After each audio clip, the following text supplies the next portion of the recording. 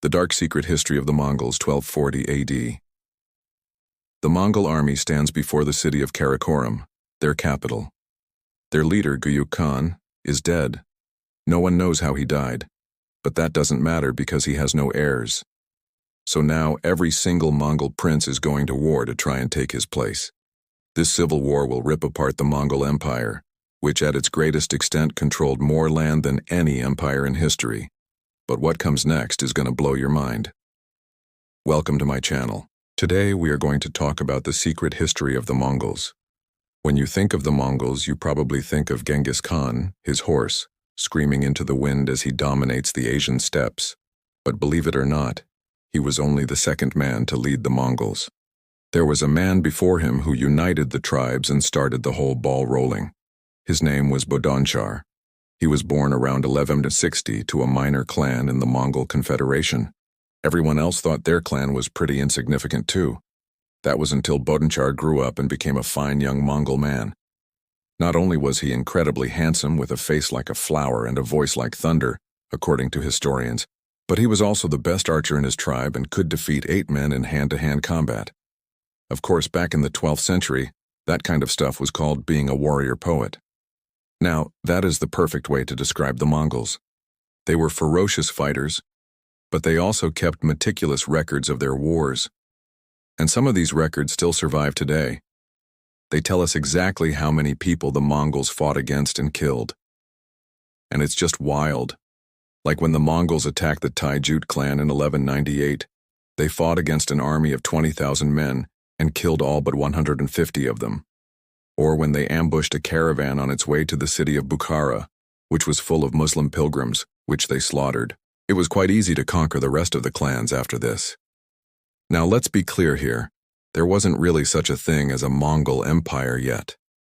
It was more like a collection of allied tribes who followed Bodonchar's lead and respected him as the leader. You see, in the Middle Ages, being a conqueror was one thing, but being an emperor was quite another.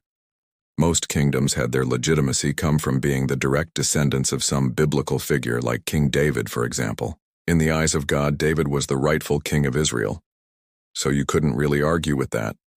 On the other hand, the Mongols lived in a tent and followed a tradition of having the greatest warrior become the leader, regardless of whether he was related to the previous leader or not.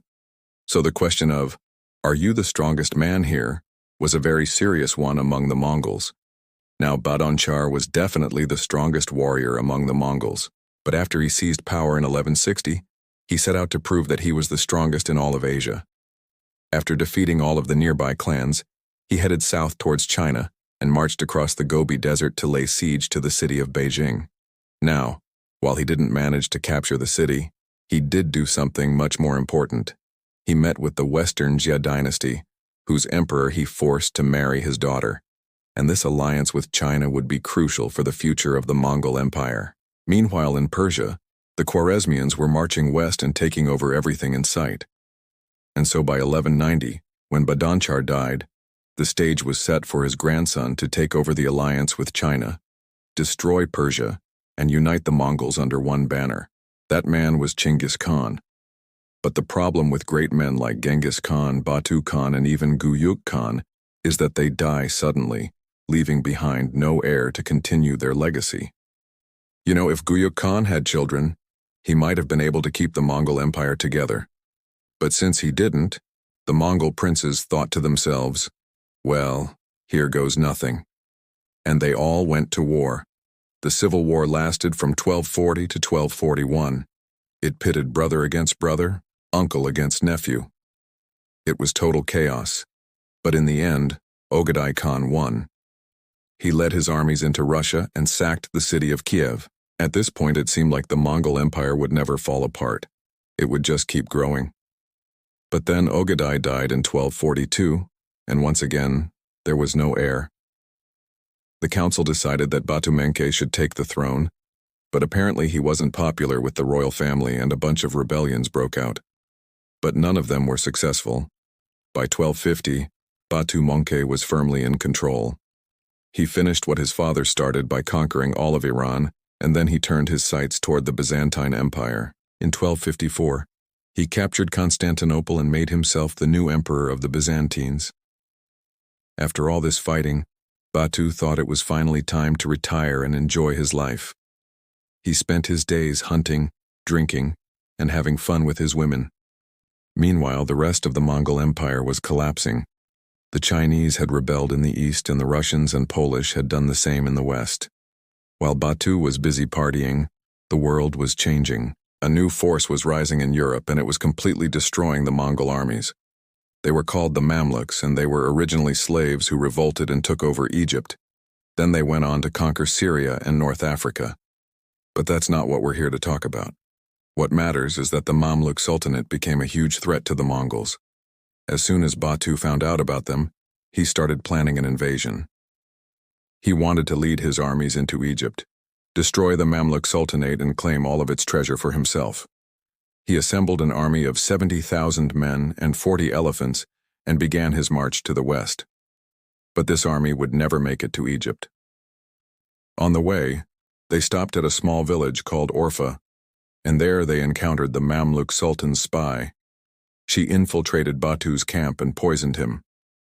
With his last breath, he made one final order. He ordered his men to bury him in a cave and cover it with gold so that no one would ever find his body. But that's not what happened either. His men buried him, but they didn't use gold. Instead, they used precious stones and jewels.